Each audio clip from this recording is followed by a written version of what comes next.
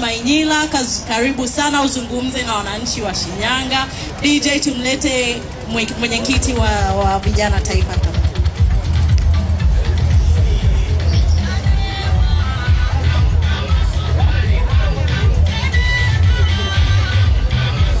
Mheshimiwa makamu mwenyekiti wa chama chetu, mama yangu Susan Limo, mwenyekiti wa baraza la wazee na meza kuu yote kwa ujumla, itifaki nimezingatia.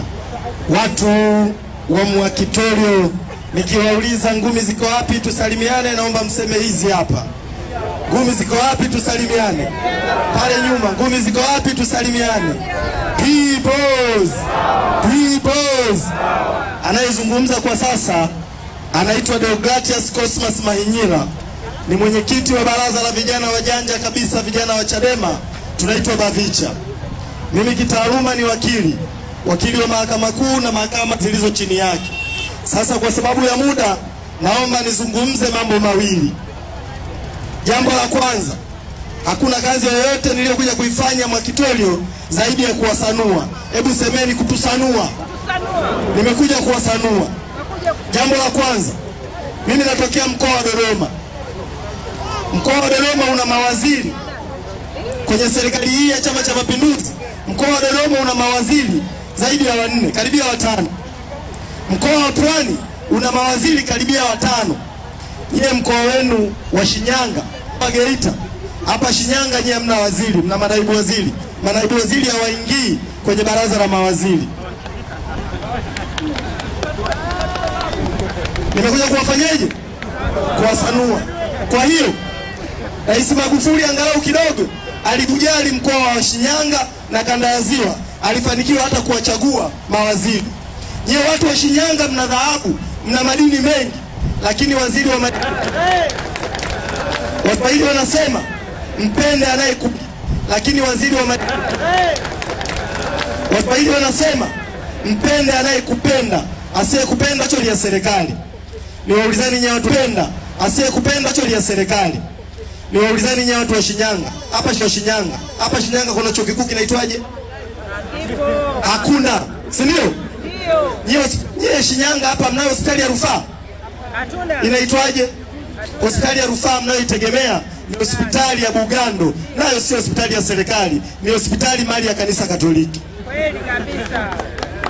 Kwa ukikutana na mtu kwa Mwakitorio hapa, anajifanya yeye ni shabiki wa CCM, na yakumbuka maneno yaliyosemwa kwenye maandiko matakatifu, Wagalatia 3:1, ili wauliza Wagalatia, enyi Wagalatia msio na akili, ni nani aliyewaloga?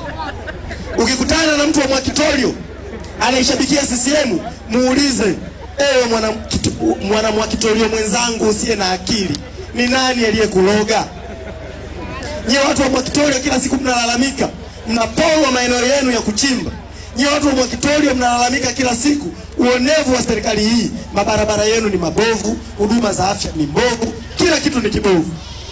Sasa ni wasanueni pia kuhusu madini. Mnaweza mkawa mfahamu kitu kuhusu madini.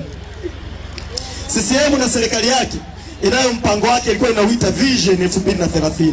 Walikuwa na mpango wao hadi kufikia mwaka 2030 kuwepo umefanyika utafiti unaitwa geological survey, utafiti wa kijiolojia. Utafiti wa kijiolojia ambao utamwezesha mwananchi awe na leseni ya kuchimba, ambayo akienda benki iweze kumkopesha. Nyie wengi wenu hapa mnazo leseni za kuchimba, uongo kweli? Lakini hizo leseni mlizonazo ni makaratasi tu, kwa sababu hazisemi hilo eneo ambalo una leseni lina madini kiasi gani, ambayo unaweza kuyachimba kwa muda gani, yapo kiwango gani, yenye thamani gani, ambayo ukiyachimba utapata shilingi ngapi, ili benki iweze kukupa mkopo wa kuchimba hayo madini yako.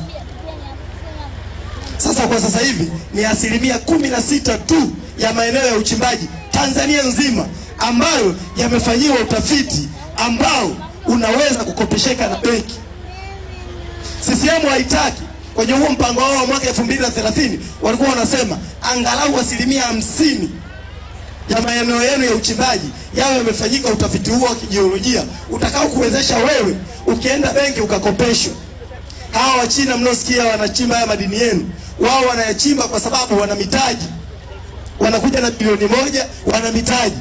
Nyinyi sisi vijana wa hapa Mwakitorio na wakazi wa hapa tunashindwa kuwa na mitaji wa kuyafanya madini yetu yatunufaishe. Kwa sababu gani? Hatuna leseni, hatuna mitaji inayotuwezesha tuwe na mtaji wa kuchimba madini hayo ili tunufaishe sisi na maisha yetu. Na sisi hapa hawataki kufanya hivyo, kwa sababu wakifanya hivyo hawatakuibia. Wewe utakuwa unajua thamani ya kitalu chako, ya duara lako ni la kiwango gani, na utapata shilingi ngapi itakayoweza kukutoa wewe kutoka sehemu moja kwenda sehemu nyingine. Pengine nasema mambo magumu ambayo hamnielewi, lakini ukweli ni kwamba haya ninayoyasema, Waswahili wanasema wajinga ndio wafanyeje?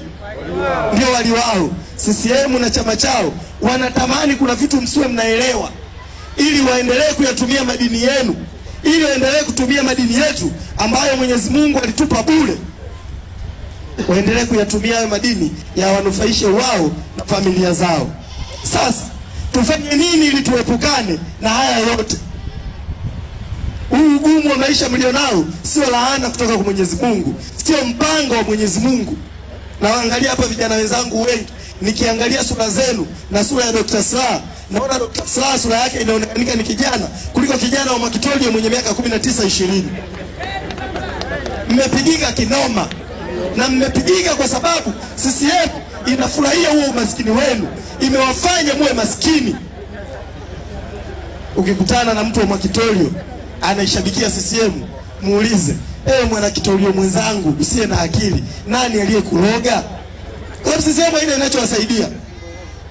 Na ugumu huu wote upo kwa sababu hata siku moja hamjawahi kuwa sauti ya kuwachagua viongozi mnaowataka. Mara zote CCM watatuibia uchaguzi. Sasa sisi leo tumesema no reforms no election, kwamba ni lazima tuwe tuna mabadiliko ya sheria za uchaguzi, tuwe na sheria ambazo zitamfanya mtu wa Mwakitorio, kwa sababu katiba yetu ibara ya 8 inasema, inasema msingi wa mamlaka kwenye taifa hili ni wananchi. Yaani nyinyi ndio mnapaswa kuwa na uwezo wa kuamua nani awe mwenyekiti wenu wa kijiji, nani awe diwani wenu, nani awe mbunge wenu, nani awe rais wenu. Lakini kwa sasa hayo mamlaka nyewe watu wa Mwakitorio hamna. Na hamna kwa sababu CCM na serikali yao wanaiba uchaguzi kila siku, na wanawatumia hao maskini wenzetu askari kuiba uchaguzi. Unakutana na askari siku ya uchaguzi amebeba kibegi, unajiuliza hichi kibegi labda kabeba jambo lolote linaloweza kumsaidia kutekeleza majukumu yake ya kulinda raia na mali zake. Kumbe siku ya uchaguzi una kwenye kibegi na yeye amebeba kula feki. Sasa matatizo haya ya uchaguzi, kwa mara ya kwanza, maneno haya sio maneno ya Chadema. Yoyote mwenye akili timamu kwenye taifa hili alishasema kwamba ni lazima tuwe na tume huru ya uchaguzi, ni lazima tuwe na mfumo bora wa uchaguzi kwenye taifa hili, ili wananchi waweze kupata maendeleo, ili wawe na uwezo wa kuchagua viongozi wanaoweza kuwataka.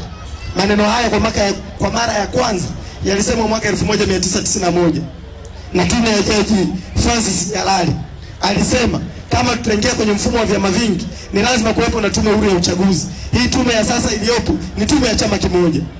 Mwaka 98 yupo jaji anaitwa, ilikuwa tume nyingine ya jaji anaitwa Robert Kisanga mwaka 98, naye alisema hivyo kwamba mfumo huu wa uchaguzi uliopo, hata siku moja wananchi hawatakuja kuchagua kiongozi wanayemtaka. Wapo waangalizi wa uchaguzi, kila uchaguzi wanasema huu mfumo wa uchaguzi ni uhuni. Kwa maneno mengine wanachokisema ni kwamba tume ya uchaguzi na mfumo wa uchaguzi tulionao ni kama kuwepo na pambano la ngumi tu.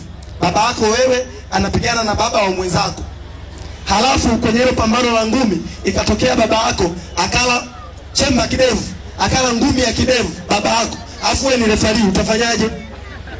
Si unaingilia? Baba yako amekula ngumi ya sikio, unafanyaje? Anatoa damu.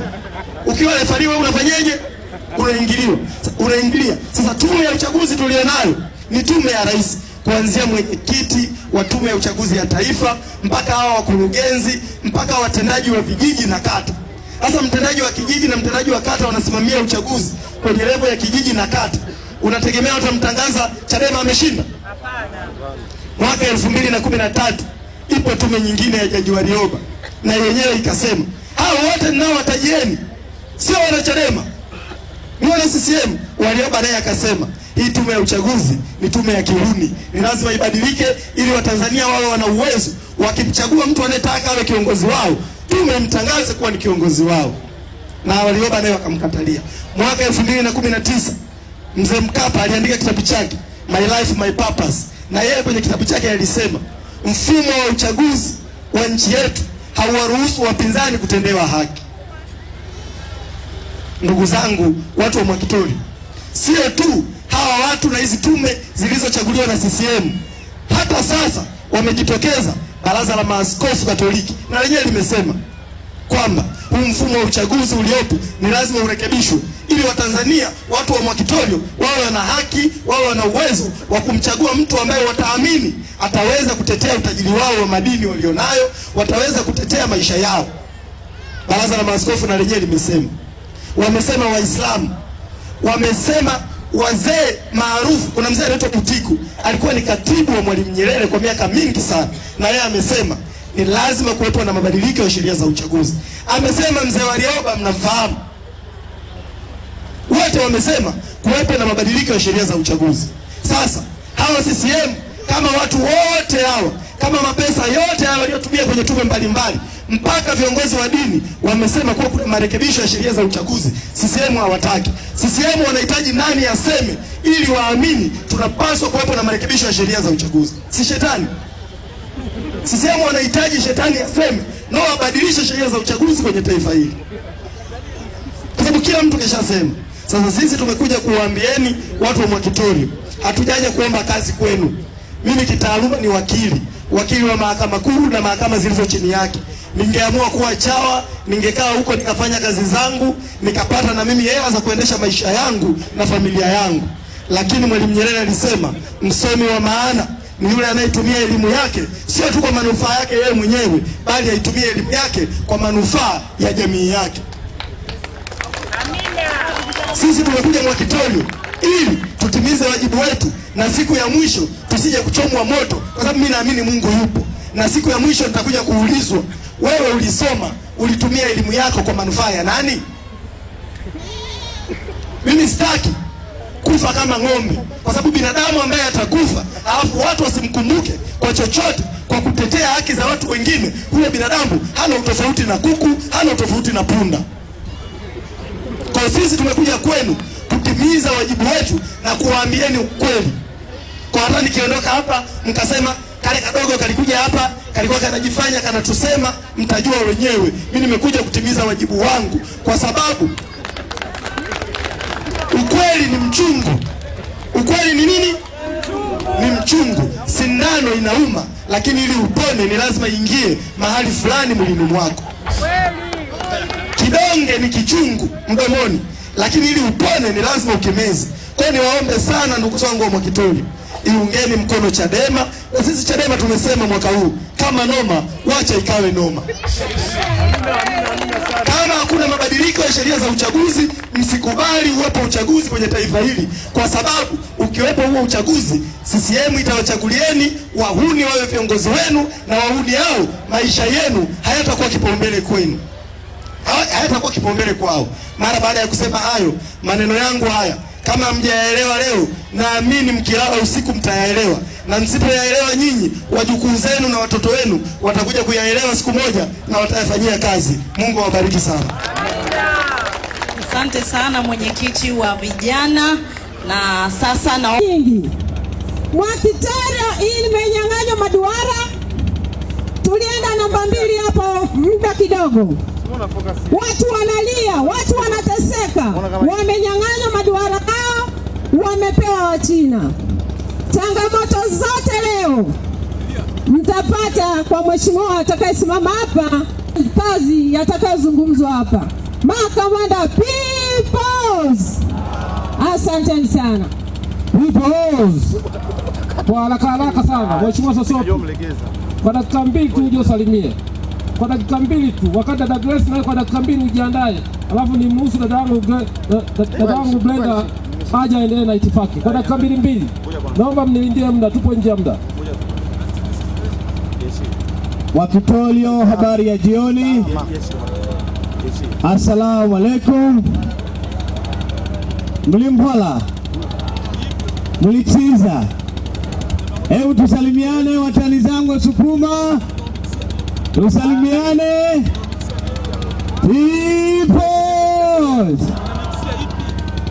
Ndugu zangu wa Mwakitolio na jimbo la Solwa, sisi kama viongozi wa Chadema tumekuja kwenu kuzungumza juu ya changamoto ya maisha yenu.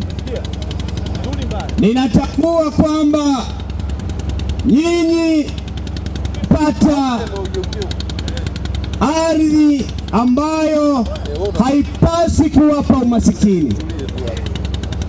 Mna ardhi inayokubali kulima mpunga. Mna ardhi yenye madini. Lakini ni kwa bahati mbaya sana, unaweza kujiuliza kwa nini watu bado ni masikini wakati Mungu ametupatia rasilimali za asili, ametupa ardhi yenye rutuba. Nahitaji kutambua kwamba leo tunavyozungumza na nyinyi, mlipaswa kuwa na viongozi ambao wanapaswa kuwasaidieni kuondokana na umasikini, kama ambavyo Mwalimu Nyerere wakati anafukuza wakoloni miaka 63 tangu tumepata uhuru, aliwaambia wazungu, mmeshindwa kutuondolea umasikini katika taifa letu. Wazungu, mmeshindwa kutuondolea ujinga katika taifa letu.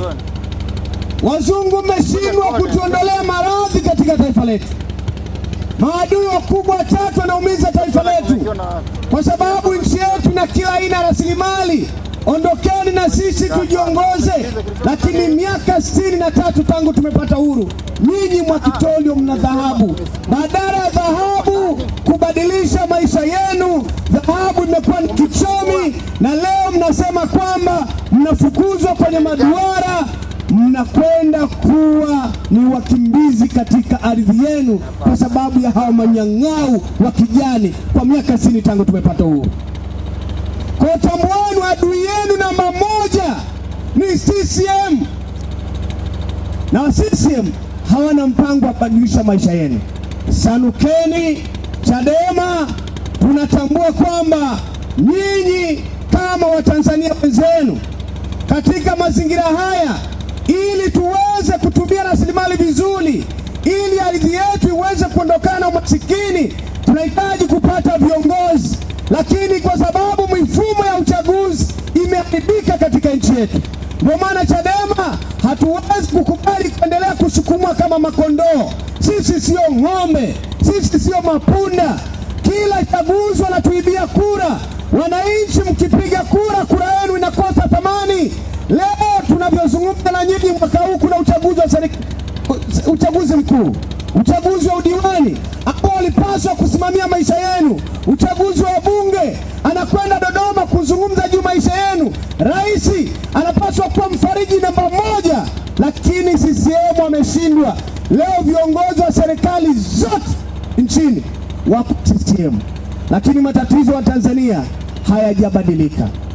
Mnahitaji kuungana na Chadema ili tupate viongozi wenye hofu ya Mungu, ili tupate viongozi wanaokwenda kuwateteni, ili tupate viongozi wanaokwenda kuwaondoa Wachina. Nyinyi mbaki kuchimba madini, serikali wawezeshe. Ni lazima muungane na Chadema ili tusimamie, tupate mifumo iliyo sahihi ya kupata viongozi.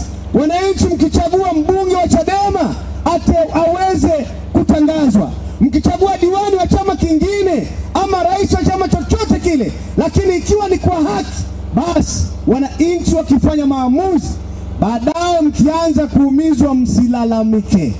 Muungane na Chadema katika no reforms, no election. Tunazuia uchaguzi mwaka huu, tunahamasisha wananchi muungane na sisi ili tuweze kulikomboa taifa letu kwa hawa wakoloni wanaotufanya leo tumekuwa wakimbizi katika ardhi yetu. Mungu awabariki sana. Peoples. Mheshimiwa Makamu, wakati namkaribisha mkurugenzi Blenda aendelee na itifaki, Mheshimiwa Makamu, Mwakitolio ni kielelezo cha wananchi ambao wameporwa rasilimali zao za madini kwenye taifa letu. Mwakitorio unaweza kusema ni koloni la Wachina, sio koloni la wazungu, ni koloni la Wachina. Sheria za nchi zimeweka maeneo ya wachimbaji wadogo wadogo, wawekezaji wa ndani, lakini leo ukija Mwakitorio huwezi kumtofautisha kati ya mchimbaji mzawa na mchimbaji Mchina. Maeneo ambayo ni wachimbaji wadogo wadogo na wazawa yamechukuliwa na Wachina na wao ndio wawekezaji. Cha kusikitisha zaidi, viongozi wengi wa serikali, madiwani, wabunge, wakuu wa mikoa, wakuu wa wilaya, wote wapo mifukoni mwa Wachina, na wananchi hawa waliopo hapa hawana watu wa kuwasemea. Peoples, kwa watu wa Mwakitorio na ni wahanga wakubwa sana wa uchaguzi. Hapa tulikuwa na wagombea vitongoji vyote, tulikuwa na wagombea vijiji vyote, na walipambana sana kudai haki yao ya kuwa wagombea na kuchaguliwa hapa Mwakitorio. Lakini kwa sababu ya hofu ya watawala, kwa sababu ya hofu ya wale ambao wanafadhili na kufadhiliwa juu ya upolaji na uminyaji wa haki za wachimbaji wa Mwakitorio, walitumia nguvu kubwa kwa wagombea. Peoples, kwa unazungumza na Watanzania ambao ni wahanga wakubwa na swala la uwekezaji wa madini, na ni taswira sahihi ya watu ambao wameshindwa kunufaika na rasilimali zao. Peoples, naomba nichukue fursa hii kukaribisha Mkurugenzi Brenda kwa ajili ya kuendana na itifaki. Karibu sana. Watu wa Equatorial Peoples. Nimeambiwa panaitwa Mwakitorio. Asanteni sana. Ndugu zangu wananchi, naombeni niwaambie kwamba tarehe 19 mwezi huu kesi ya mwenyekiti wetu Tundu Antipas Lissu itaunguruma pale kwenye mahakama ya hakimu mkazi Kisutu. Kwa hiyo ndugu zangu, wale wote ambao mtaweza kufika Dar es Salaam, karibuni, twendeni tukashuhudie kesi ya uongo ya treason, ya uhaini aliyepewa mwenyekiti wetu Tundu Antipas Lissu. Twendeni tukaoneshe CCM na jeshi lao kwamba huku chini mwenyekiti ana watu wengi, ana watu wanaomwamini, ana watu wanaomtegemea. Peoples, sasa ndugu zangu, wakati nakuja hapa nimeona mabango mengi barabarani yanayosema mama anatekeleza, mama anaweza, mama amefanya, mama hatuna deni na mama. Alafu juzi tulikuwa Simiyu, mkuu wa mkoa wa Simiyu kiongozi Kenani amefanya press, anasema makamu mwenyekiti kiongozi Selnani anasema kwamba wewe na watu wako wa Chadema mumuache kumwadress Samia kama mama kwa sababu sio mama yenu. Hivi aliyeanza kumuita Samia, Rais Samia mama, ni CCM au ni Chadema? Sasa kama wao walikuwa hawataki tumwadress kama mama, kwa nini wao wanatuandikia mama ameweza, mama amefanya, mama tunamshukuru mama, mama hana deni? Kiongozi Kenani, inavyoonekana wewe ni mchanga sana kwenye siasa za Tanzania. Siasa za Tanzania zinahitaji chama cha ukombozi ambazo kitakuja kuwasanua Watanzania kwamba CCM na watu wao hawana walichowafanyia Tanzania. Hawajali nyie watu wa Equatorial, hawajali watu wa Shinyanga, hawawezi kutatua changamoto zenu. Hebu angalieni mazingira yetu, angalieni tunapolala. Kweli nchi ambayo imepata uhuru mwaka 1961, hivi ndio tunatakiwa tulale? Hivi leo uongozi wote wa CCM pale juu ni wazee. Babu yangu Wasira ana miaka 80. Huyo ndo mtu ambaye anasema nchi hii haihitaji katiba mpya, nchi hii haihitaji sheria mpya. Hebu fikirieni, miaka 30 mbele Watoto wetu wakiwa, mtoto wa leo mwenye miaka miwili akifikisha miaka 30 mbele, Babu Wasira anatutengenezea sheria za miaka 30 mbele, yeye atakuwepo. Biblia inasema mwanadamu anapewa miaka mingapi ya kuishi. Sio maneno yangu, ni Biblia. Sio maneno yangu. Haya, uongozi wote wa CCM pale juu unatengeneza sheria, unatengeneza za sheria na watu ambao ni 70 na kwenda mbele. Vijana tuamke, mama zetu tuamke. Watanzania tuache kulala, tuache kuwa na nidhamu ya uoga. Mwaka huu CCM watakuja na vitenge vyao na viremba vyao. Watakuja na baiskeli na pikipiki zao kama zawadi. Wakina mama mtapewa mikopo ambayo itaitwa mikopo ya Samia. Watapewa mikopo ambayo itaitwa mikopo ya mama. Naombeni, pokeeni hiyo kumkichwa. Tambueni kwamba huu ni mwaka wa uchaguzi. Mkiendelea kupokea mikopo mkaenda kuweka CCM tiki, basi mjue mmejimaliza nyinyi wenyewe. Sawa sawa? Hatuwezi tukaendelea hivi kama nchi.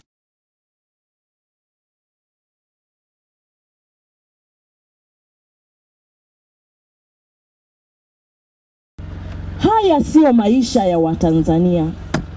Haya sio maisha ambayo tunatakiwa tuishi. Nchi ambayo imepata uhuru mwaka 1961, miaka 60 baadaye bado tunazungumzia maji. Miaka 60 baadaye bado tunazungumzia choo. Miaka 60 baadaye bado tunapewa vitenge. Wakina mama wenzangu, acheni kutuangusha Watanzania. Vijana wenzangu, acheni kutuangusha Watanzania. Nidhamu ya uoga tuondoe. Leo mwaka jana tulikuwa na kijana Chadema alikuwa anaitwa Deogratias Soka. Wiki 3 zilizopita kama sio mwezi, tulikuwa na kijana anaitwa Mdude. Wote wamepotea. Damu zao zimemwagika kwenye ardhi ya Tanzania. Zimemwaga na nani? Zimemwagwa na vyombo vya dola wa nchi hii. Sasa leo kwa sababu ni Chadema, hao ni viongozi wa Chadema, tukiendelea kukaa kimya, kesho inaweza ikawa ya kwako damu ikamwagika kwenye ardhi ya Tanzania. Nani atawasemea? Watanzania tuinuke. Tunaposema free Mdude, tunaposema free Soka, basi Watanzania wote wainuke waseme free Soka, free Mdude, ili kesho inapokutokea wewe, basi Chadema iwe sehemu ya kukutetea hata wewe. Ndugu zangu, sauti ya Chadema ikikaa kimya, basi Tanzania tumekwisha. Tumekwisha kabisa. Na mwisho, hiki chama ni chama cha ukombozi. Hiki chama hakifi leo wala kesho. Sasa CCM watakuja hapa, maana mimi nimepewa taarifa kwamba tunapotoka wanakanyaga. Yaani sisi tunapoondoa mguu wao wanakuja kusafisha. Hawataweza kusafisha hili. Hiki chama ni chama cha ukombozi. Hakiwezi kufa leo wala kesho. Hakiwezi kufa kwa sababu viongozi wanaojiita walikuwa viongozi wa chama wanaondoka leo. Hiki chama kipo mioyoni mwa watu. Hiki chama ni cha kwenu wa Tanzania na sio cha viongozi wa Chadema. Leo mimi nikiondoka Chadema, basi wewe utabaki na utaendesha gurudumu na utaendeleza gurudumu hili la Chadema Peoples. Ndugu zangu, tupo pamoja? Pamoja? Haya, kunja ngumi namna hii. Kunja ngumi namna hii. Peoples. Peoples. Tupo hapa kuongelea no reforms, no election. Bila mabadiliko ya mifumo ya uchaguzi, basi mwaka huu ndugu zangu, twendeni tukazuie uchaguzi. Sasa tutazuia namna gani? Hayo tutayaongea baadaye. lakini hata kama kwa kulala na kukataa kwenda kupiga kura, hatuwezi kuendelea kupeleka vijana wetu waendelee kuumizwa, waendelee kutekwa, waendelee kupigwa. Peoples. Sasa kwa kusema hayo machache, naomba nimlete kwenu aliyekuwa katibu wa Chama cha Demokrasia, aliyekuwa mgombea urais wa nchi hii mwaka 2010, Mheshimiwa Dr. Slaa. Karibu sana umzungumze na watu hao wa Shinyanga. DJ tumlete Dr. Slaa.